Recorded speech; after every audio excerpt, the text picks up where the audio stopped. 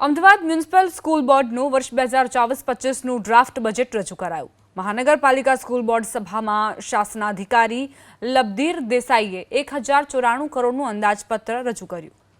ગત વર્ષની સરખામણીએ 23 કરોડના વધારા સાથે બજેટ રજૂ કરાયું છે। કોર્પોરેશનની શાળાના વિદ્યાર્થીની સાથે શિક્ષકો પણ યુનિફોર્મ નક્કી કરાયો। બજેટમાં યુનિફોર્મ માટે 10 કરોડની જોગવાઈ કરાઈ છે। વોકેશનલ તાલીમ, વિદ્યાર્થીઓ માટે મોટિવેશનલ શિબિર, award for best school of એડમિનિસ્ટ્રેશનના એવોર્ડ આપશે।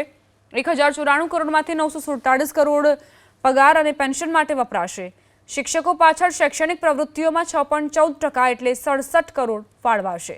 શાળા અને માળખાકીય સુવિધાઓ પાછળ 80 કરોડનો ખર્ચ થશે।